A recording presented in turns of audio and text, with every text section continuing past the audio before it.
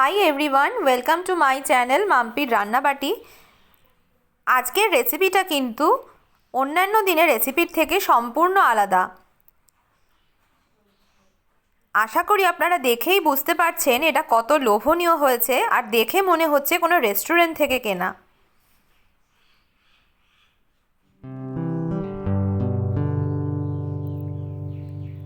আজকের রেসিপিটা করার জন্য প্রথমে আমাকে কিছু ভাজা মশলা বানিয়ে নিতে হবে। তার জন্য আমি নিয়েছি হাফ স্টার আনিস, 4-5টা লবঙ্গ, 2-3টে এলাচ, 3টে তেজপাতা আর 4টে শুকনো লঙ্কা।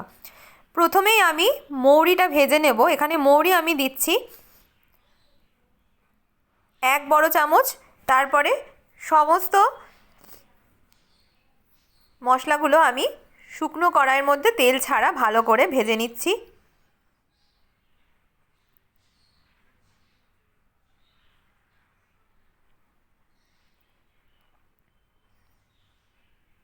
ওটা আমার ভাজা হয়ে গেছে, তাই আমি সেটা আলাদা করে তুলে দিলাম।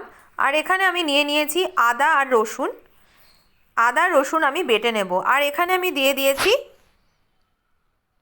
সাদা তেল। সাদা তেল আমি এখানে অনেকটা পরিমাণেই দিয়েছি, 7 থেকে 8 বড় চামচ দিয়েছি সাদা তেল। আর এটার প্রধান বিশেষত্ব হচ্ছে এই তেলটার সাথে আমি আর একটা স্পেশাল জিনিস যোগ করব, যেটার জন্য আরও খুব সুন্দর কিন্তু খেতে হবে। আমি এখানে দিয়ে দিলাম 1 বড় চামচ চিনি। চিনিটা খুব সুন্দর আমাদের রং এনে দেবে। আর এখানে আমি দিয়ে দিলাম 1 চামচ লঙ্কার গুঁড়ো। দেখুন বন্ধুরা কি সুন্দর রংটা লাগছে না?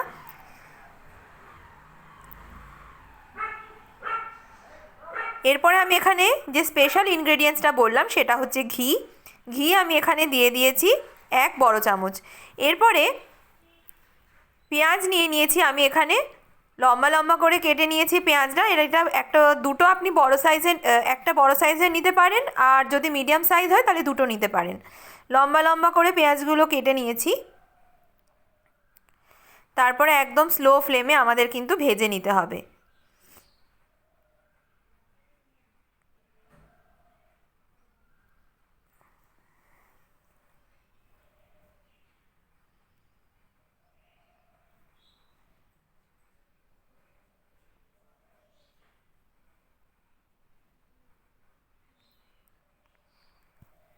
পেঁয়াজের রঙটা দেখুন হালকা বাদামি হয়ে গেছে, তার মানে কিন্তু আমাদের পেঁয়াজটা অলরেডি কমপ্লিট। এরপরে আমি গ্যাসের ফ্লেমটা একদম স্লো করে দিয়েছি। এরপরে আমি প্রথমেই দিয়ে দেব নুন।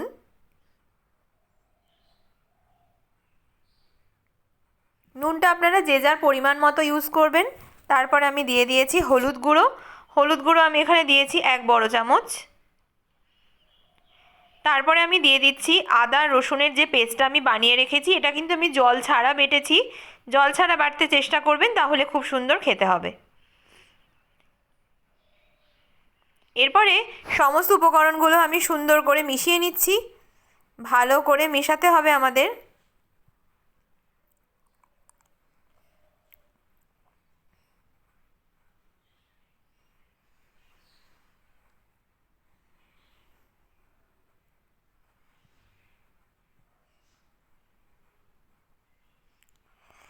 এরপরে আমি এখানে চিকেনগুলো অ্যাড করে দিচ্ছি। এখানে আমি নিয়ে নিয়েছি 500 গ্রাম চিকেন, আর সেই অনুপাতেই আমি মশলা দেখাচ্ছি। এরপরে আপনারা কম বেশি করতে পারেন। আমি এখানে 3 থেকে 4 মিনিট মতো মিডিয়াম ফ্লেমে সুন্দর করে চিকেনটাকে ভালো করে আমি কষাবো। কষানোই কিন্তু মেন জিনিস। যতক্ষণ না তেল রিলিজ করবে ততক্ষণ অবধি আপনাদের কষাতে হবে, তাহলে মাংসটার ভেতরে সমস্ত রকমের মশলা খুব সুন্দরভাবে ঢুকে যাবে আর খুব জুসি হবে খেতে। এরপরে আমি এখানে দিয়ে দিয়েছি টক দই। ফেটিয়ে নিয়েছি আমি এটা। আর এটার মধ্যে কোনো নুন কিন্তু দিইনি, নুন ছাড়া ফেটিয়ে নিয়েছি। 3 বড় চামচ টক দই আমি এখানে দিয়ে দিচ্ছি। তারপরে সুন্দর করে আমি এখন শুধু কষাবো।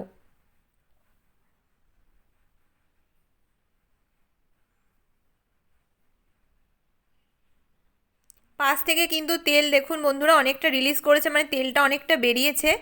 তার মানে আমাদের কিন্তু মশলাটা কষানো কমপ্লিট হয়ে গেছে।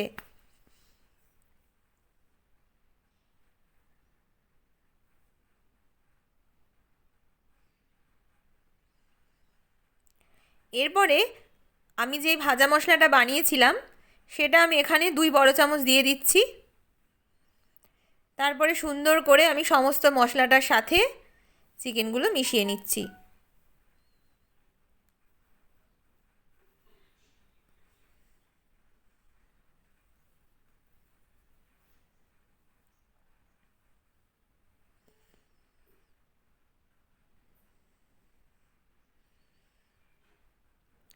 আমার কিন্তু কষানো পুরোপুরি কমপ্লিট হয়ে গেছে।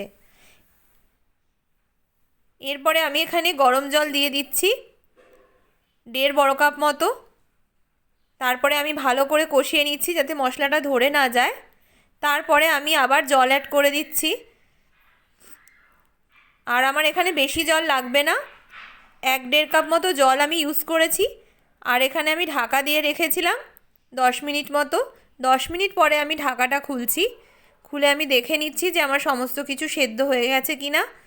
চিকেনগুলো সেদ্ধ হয়ে গেলেই আমরা এটা সার্ভ করে দেব। দেখুন বন্ধুরা কি সুন্দর সেদ্ধ হয়ে গেছে চিকেনগুলো। তাই আমি এখানে ফ্লেম একদম লো করে দিয়েছি।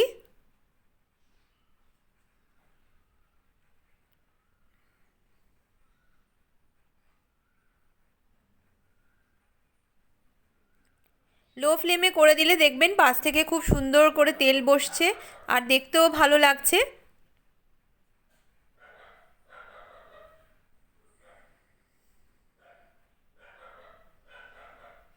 দেখুন রঙটা কত সুন্দর হয়েছে আর কত সুন্দরভাবে দেখতে লাগছে। আর সেরকম কিন্তু খুব একটা মশলা কিন্তু এখানে ইউজ করা হয়নি। আর এখানে আমি দিয়ে দিচ্ছি কসুরি মেথি। কসুরি মেথি আমি এখানে 1 বড় চামচ দিয়ে দিচ্ছি। খুব সুন্দর একটা গন্ধ বেরোবে কসুরি মেথিটা দিলে। এটা আপনারা একবার জাস্ট বাড়িতে ট্রাই করুন, তাহলে বুঝতে পারবেন যে রেস্টুরেন্ট স্টাইলে কত সুন্দরভাবে আমরা বাড়িতেই বানিয়ে ফেললাম, খুব চটজলদি হয়ে গেল।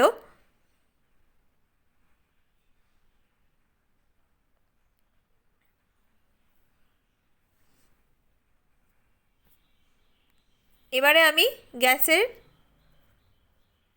ফ্লেম একদম বন্ধ করে দিয়েছি। এরপর আমি রেস্টিং টাইমে রেখে দিয়েছি। এরপরে সার্ভ করে দেব। দেখুন বন্ধুরা আমি সার্ভ করে দিয়েছি।